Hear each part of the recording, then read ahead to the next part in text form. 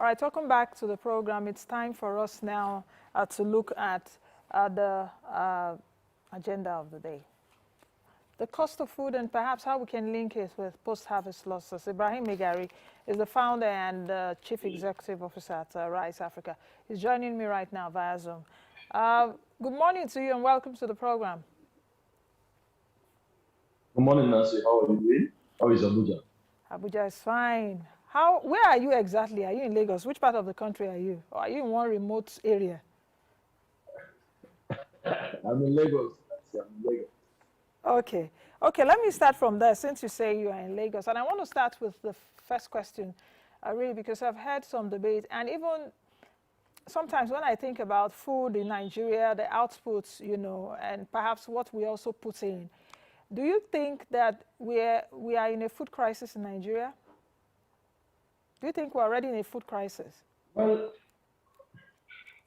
a couple of months ago, I think, about a month or two ago, we had the same discussion, Nancy, if you could remember, and I told you that by all indications, we're going to slide into a massive food crisis if care is not taken. And I absolutely believe, of course, we pray that God intercedes, but I absolutely believe we're getting into that. And then back then, I told you that the insecurity in most farming communities will definitely lead to. And after then, as if we knew, the FAO released a report to validate our discussion of the program, stating that same fact that insecurity will definitely lead to a massive food security in the country. And I think we're just getting into it. But this is a very prayerful country. God has a way of solving our problems sometimes without our intervention.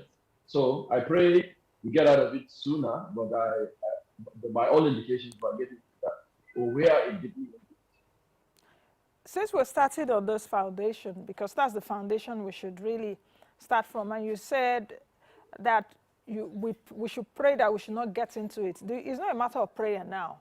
It's a matter of taking the actions. Have you seen specific actions, perhaps by government, about this issue so that we don't get into a crisis if we are not already in one?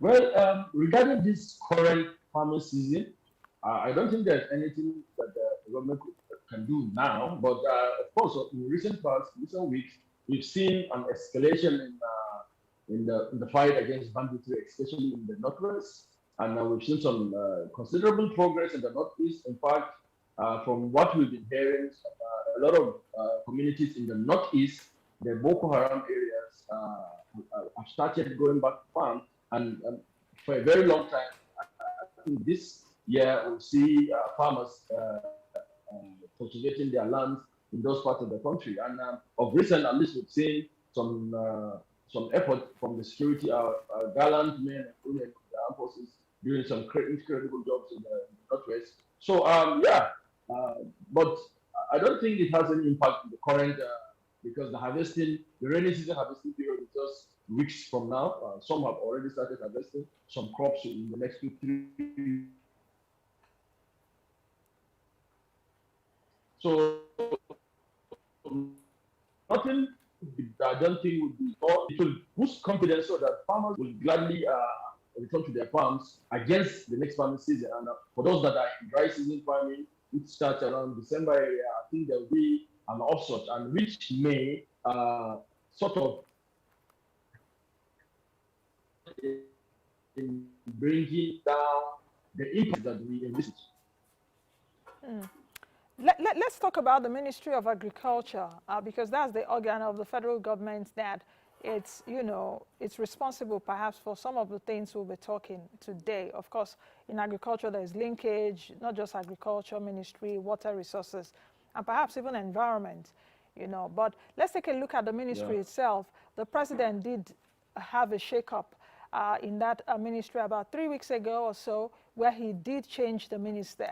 What kind of agenda do you think that this new minister should have, especially for agriculture? In fact, I was listening to an interview of the Ghana minister of, in fact, in Ghana, their minister is called the Minister of Food. Food is there. the Minister of Food and Agriculture. That's what it is called in Ghana. Here it's called Minister of Agriculture and Rural Development. In fact, when I was listening to the man, I could even understand without being in Ghana what the policies are. They have planting for jobs and all of that. But here in Nigeria, Minister of Agriculture, at least the last one that was there, I didn't get to even hear so much from him. What is the new agenda that you think that this new minister should have? I don't know about the rural development side, but for the agriculture. Yeah.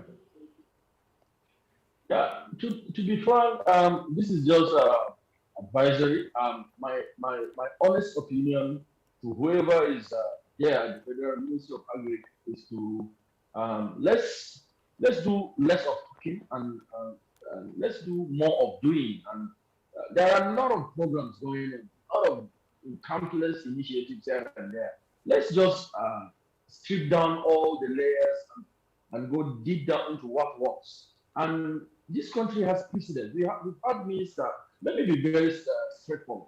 We've had ministers in the past, like Additional, the current ANDB president. He had a tremendous impact on the agricultural sector. And people like us were inspired by Mr. Additional to even venture into the agri space, coming from the technology background. So let's look back. Let's forget about government, who was there, who is there. Let's look at the past, the present, and the future. What works? What is working in other places like you mentioned, and come up with people-oriented programs that will involve the private sector. Involving the private sector, as we are going to talk about, it's going to solve a lot of problems from post-harvest loans, from pre-harvest, from cultivation, and a lot of other things. That was what made Dr. Additional's tenure much more different, because there was this involvement of a lot of players from the private sector. They brought in a lot of know-how, and then they leverage on the expertise of the federal ministry. So my honest opinion is for the current minister to strip down all the talk, all the grammar, stick to what works, and let's see impact. Forget about it. They just have about a year close to go for this the second term of this regime. So we need to see, and perhaps maybe that's what prompted the sacking or the stepping aside of the previous minister. Like you said, there was nothing concrete from that angle. But my hope and prayer is that whoever is there now to look at what works, look into the past, what worked in the past. I mean, there's nothing wrong in copying from other places, and then let's just get things done. Let's stop talking and let's start doing. Now, the question of, do we produce enough for Nigerians to eat? Okay, let's take a look at, yes, okay, let's take a look at these three scenarios. Can you hear me now? Let's take a look at these three scenarios. How much do we produce? I lost your audio. I don't know if you can hear me, but I can hear you. I can hear you clearly. I can hear you clearly. Can you hear me now? Can you hear me? Mr. Megari, can you hear me? Oh, okay. Should we take a break? When we come back, we'll continue with Ibrahim Megari, who is the founder and the chief executive officer at Rice Africa. We're looking at the cost of food and post-harvest losses in Nigeria. We'll be right back.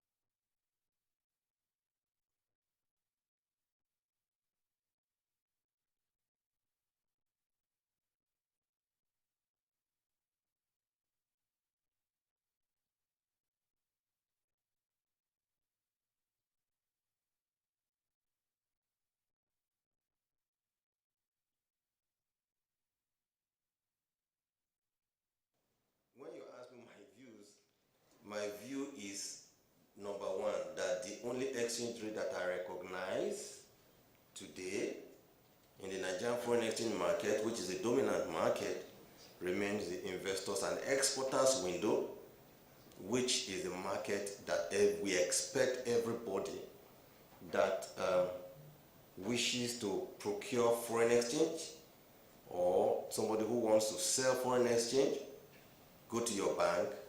The investors and exporters window will attend to you.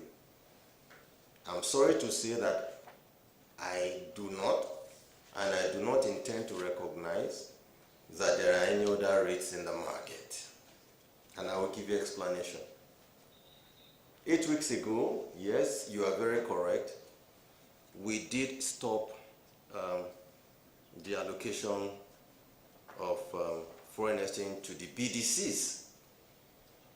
Indeed, we began to ask ourselves, why did you wait for so long that we continued to do this? The reason is because Nigeria remains the only country on earth. The Central Bank of Nigeria remains the only central bank in the world, as at 8 weeks ago, that would dip its hands into its reserves, our commonwealth, and you pack dollars and begin to sell it to borrow exchange operators in the market, all in an attempt to stabilize foreign exchange rate in the market. All right, Ibrahim Megari is back. He's the Chief Executive Officer and the founder of RISE Africa. Mr. Megari, can you hear me now? Perfectly, Nancy, I can hear you. Okay. Just before we went on that break, what I wanted to ask you was that how much food do we produce enough food for all Nigerians? That's one part.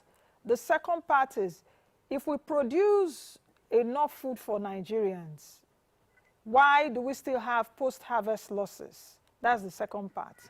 The third part is that if we do produce enough, why is still food inflation high when most of the food we produce is wasted? Then the other part of it is the import bill, food import bill. In fact, I think over 600 billion naira. Can you hear me, Mr. Begai? Can you hear me? Yeah, I'm just. Yes. This is a very serious jam question. Okay. Well, a jam let me give it a try. Yes, but I hope you understand what I'm saying. I don't I'm think we trying to link produce what we everything can together. consume. Yes. Can you hear me? Yes, I can hear you. I can hear you. I don't think we produce what is sufficient for our consumption. Of course, it's obvious. This is a country of over 200 million. Let me give you a context from the sector that I'm much more comfortable with, the rice sector. Our consumption in the rice sector is over 7.something million metric tons, while our production is way around, I mean, the best we had was a little less than 4.5 million metric tons. So obviously the production is not equivalent to consumption in that regard. So, and it goes around. And you also brought in the issue of post-harvest losses. If we can't produce what is sufficient for us, and why are we having post-harvest losses? Post-harvest losses, Nancy, doesn't mean it is not consumed, so it is wasted.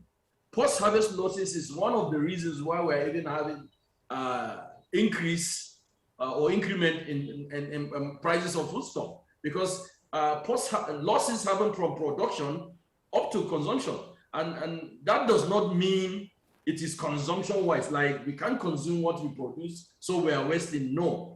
Some of the losses happen at the point of production, processing, and transportation, and I mean, to the whole value chain. And it affects, of course, it affects the production. Sometimes, for instance, in rice production now, if our target is to produce 5 million metric tons, in order to reach the 7.something million metric tons, which is the figure or the stage that we will say we are rice sufficient in terms of production. If our harvest is bedeviled with a lot of issues that leads to losses, we may not even get that 5 million. We may end up having 4-point-something million metric tons. So it's adding up to our inability to meet the required percentage to be self-sufficient. So, I mean, it's not that because we produce a lot and we cannot consume, and that's why we are wasting. No, it cuts across all the sectors, like I said, from harvest to processing to the level of the consumer. I don't know if I've answered your question, Nancy. Yes, you've seemingly attempted that. What am I seeing on the screen exactly now? Okay, okay. You seemingly attempted my jam question, as you said earlier. I'm feeling like a teacher, a lecturer, or perhaps an invigilator.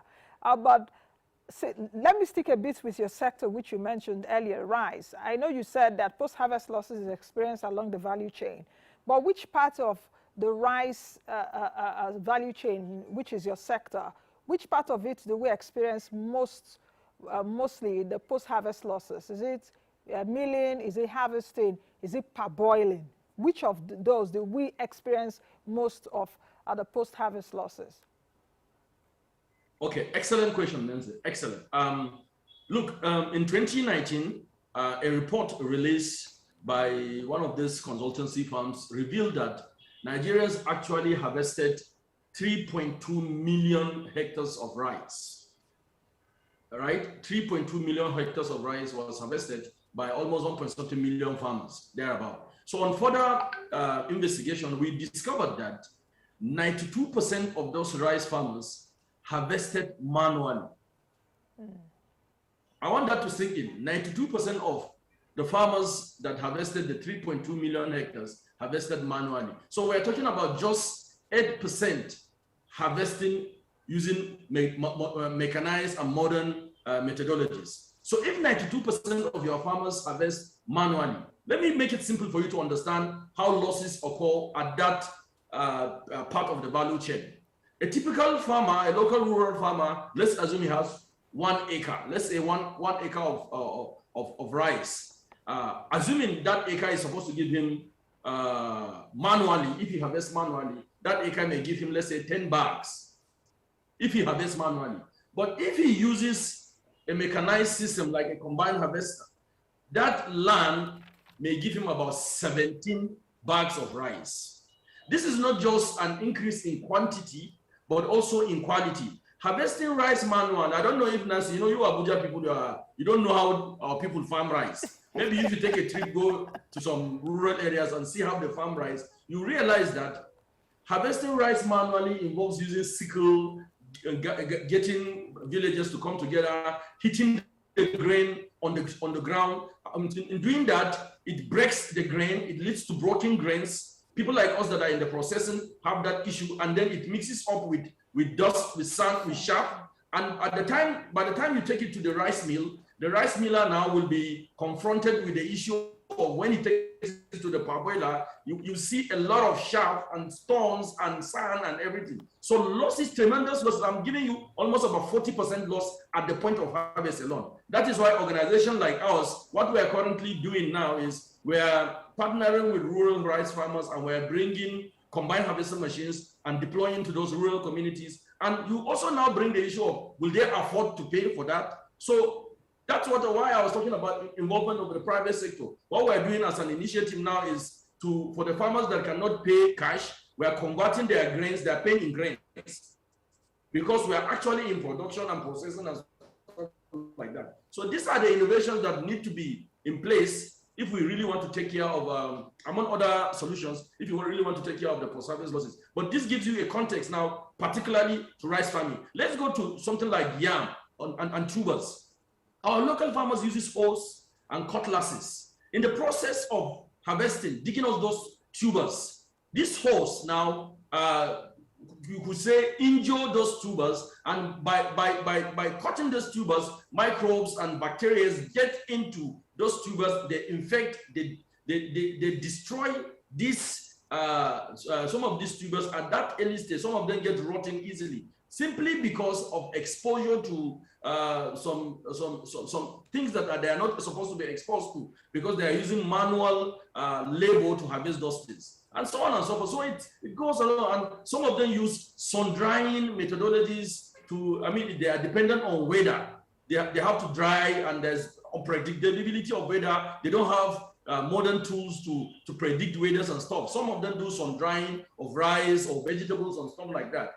Whenever it's raining, it comes unannounced and it destroys the crops. And there's also the issue of distances between the farming clusters and the processing points. Long distance, most of our farmers are way deep into the wild and you have to drive far. And then there's transportation issues, bad roads, lack of processing facilities and stuff like that. So when you bring all these things, definitely you have a lot of over 50%. In 2013, I read a report, over 120 billion naira worth of maize was lost at the stage of harvest. This is just to give you a context, Nancy. Yes, I know we do lose a lot of money when it comes to post-harvest losses. In fact, when I saw a video there that my team did put up earlier about the lady that was peeling, I can see it here now, they can put it on the screen, was peeling cassava with, with knife. And when you go to the villages, yes, when you go to villages across Nigeria, this is the picture that you see. Her safety is even one thing, because she may be doing that and her hand, she will cut her hand. She is doing that, of course, some will not be, peeled well and all of that. So I think you just hit it on the head, because I was even about to ask a question, how mechanization can help, reduce post-harvest losses, and you did say it. Now, let's take a look at this issue of how, okay, let me look at this before I go to the next question. What category of crops really do we have the most post-harvest losses? What category of crops? Of course, someone watching me will be like, okay, off the cuff, perishables, definitely. But what category of crops do we witness more post-harvest losses in quantity and more post-harvest losses in cost? They are two different things. So that's another wonderful question, Nancy. Like, I mean, you are a jam invigilator for sure. I've categorized you, I'll give you that license. So in an attempt to answer this question, you have to look at, first of all, the impact. It's a beautiful question, which category of crops? Of course, what comes to the mind of, if we're talking about the one that has the most impact, you look at it from the impact perspective, okay, the consumption. But in terms of which crop has the most vulnerability to losses, of course, definitely you go for fruits and vegetables because of the perishable nature and the short span that they do have and stuff like that. But do they have the much impact? Because we don't rely much in terms of consumption.